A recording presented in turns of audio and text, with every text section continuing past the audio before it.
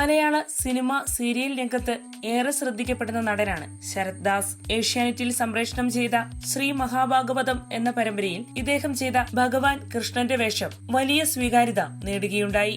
നീണ്ട 25 വർഷത്തിലേറെയുള്ള കരിയറാണ് അദ്ദേഹത്തിന്റേത്. അഭിനയത്തെ കൂടാതെ ഡബ്ബിംഗിലും ശരത് ദാസ് തന്റെ കഴിവ് തെളിയിച്ചിട്ടുണ്ട്. പ്രശസ്ത കഥകളി ഗായകൻ കലാമണ്ഡലം ഹരിദാസിന്റെ മകനാണ് ഈ നടൻ. 1994 പുറത്തിറങ്ങിയ സ്വാഹം എന്ന സിനിമയിലൂടെയാണ് ശരത് തന്റെ അച്ഛനൊപ്പം അഭിനയ രംഗത്തേക്ക് എത്തിയത്. പ്രായം റിവേഴ്സ് ഗിയറിലുള്ള അഭിനേതാക്കളിൽ ഒരാളായാണ് ശരത് അറിയപ്പെടുന്നത്. അതിനാൽ തന്നെ സീരിയലിലെ മമ്മൂക്ക എന്നൊരു വിശേഷണവും ശരത്തിനുണ്ട്. ആ വിശേഷണത്തോട് ശരത് പ്രതികരിക്കുന്നത് ഇപ്രകാരമാണ്: കേൾക്കാൻ നല്ല സുഖമുണ്ടെങ്കിലും അങ്ങനെയൊന്നും പറയരുത്. കാരണം മമ്മൂക്കയുടെ 7 അയലത്ത് പോയിട്ട് 14 അയലത്ത് പോലും എത്താനുള്ള കപ്പാസിറ്റി എനിക്കില്ല.